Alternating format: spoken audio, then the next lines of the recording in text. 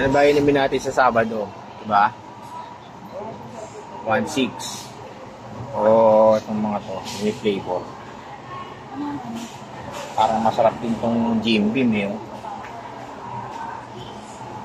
Ano ba inumin natin dyan pangkoy? Saka Alvin.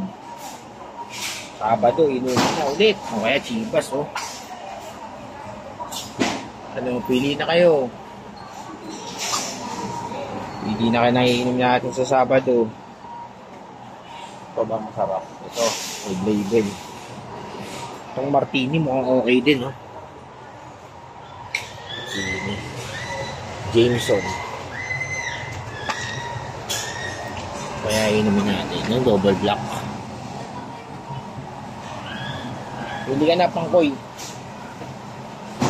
Inumin natin dyan.